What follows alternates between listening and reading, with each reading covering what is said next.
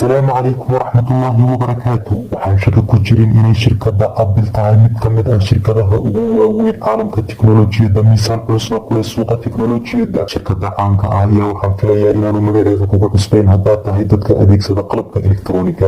muuqaalkan lagama hadli doono taariikhda shirkadda Apple balse waxaan gudaha ugu gali doonaa xarunta ugu weyn ee shirkadda Apple. dhismahan oo xarunta ugu weyn ee shirkadda Apple dhawaana xarigga laga jaray wuxuu ku yaalaa gobolka California ee wadanka Mareykanka. wuxuu ku fadhiyaa dhul baaxad weyn leh. dhismahan ayaa loo farsameeyey hanaan indhaha caalamka soo jiitay. qaabka loo dhisay waxaad moodaa markab dalxiis oo aad weyn waxaana lagu magacaabaa Apple Park. haddaba qaabkii loo dhisay dhismahan lagu faayaystay waxay shirkaddu soo bandhigtay mashruucan markeedii ugu horeysay sanadkii 2006 xilligaas oo uu shaaciyey Steve Jobs. waxay hawshiisu qaadatay muddo 8 sano ah waxaana si wada jir ah farta looga qaaday sanadii 2014. sanadkii 2017 waxaa si tartiib ah loo bilaabay in loo soo raro shaqaalaha shirkadda xaruntan. dhismahan oo ah mid casri ah loona farsameeyey ayaa u yaala qaab oog ah kaasoo ka turjumaya calaamada ganacsi ee shirkadda ee tufaaxa ah. wuxuu qorshow ahaa markiisii hore inuu mashruucu ku kaco miisaaniyad dhan $1 bilyan, laakiin taasi ma suuragelin iyadoo dhulka keligii qiimihiisu noqday $160 milyan. markii lasoo gaadhay sanadkii 2011 waxay kor u dhaaftay lacagtii ku baxday mashruucan 10 laab miisaaniyadii looday. dhamaystirkiina waxay madaxa la gashay $5 bilyan.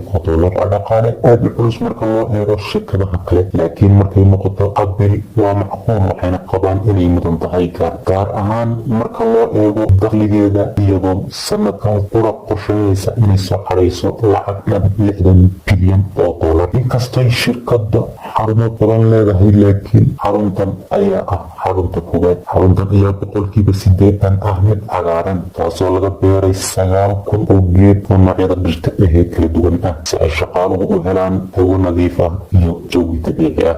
si loo dhiirigeliyo socodka luqda waxaa laga dhigay wado cagaar 1.5 kilomitir. waxay xaruntu leedahay 1,000 baaskiil kuwaasoo loo adeegsado isu socodka qaybaha kala duwan ee xarunta. dhanka isboortiga waxay leedahay garoomo badda cagta iyo kuwa taraska. ciddii u baahata jimicsi waxay leedahay jim. dhismahan ayaa loo hindisay qaab bii'ada la heshiis ah. dhismaha qaybtiisa kore waxay ka samaysan tahay walxaha tamarta korontada ka dhaliya qoraxda taasoo daboolaysa 75% baahida koronto ee xarunta. dhismaha koowaad wuxuu ka kooban yahay 4 dabaq wuxuuna ku fadhiyaa dhul baaxadiisu dhan tahay 365,000 oo mitir oo isku wareeg ah. intiisa badan wuxuu ka kooban yahay xafiisyo. waxaa lagu dhisay 8 oo muraayadood oo dhaadheer oo midiiba dhererkeedu gaadhaya 13 mitir oo bilic u yeelaya dibadiisa. waxaa kaloo jira 8,000 oo alwaax oo muraayad ka samaysan oo gudaha lagu qurxiyey kuwaasoo qoraxda kulkeeda difaacaya iyagoo sidoo kale soo daynaya ilayskeeda. hoostiisa laga sameeyey baarkin aad dhigan karto gaarigaaga. sidoo kale waxay leedahay xaruntu ooga nasasho cafeteria adeegsiin karta 7,000 oo qof. maqaayad cunno u fidin karta 15,000 oo qof isku mar. waxaa kaloo jira goobo loo diyaariyey shaqaalaha cusub ee shirkadu u baahan karto mustaqbalka.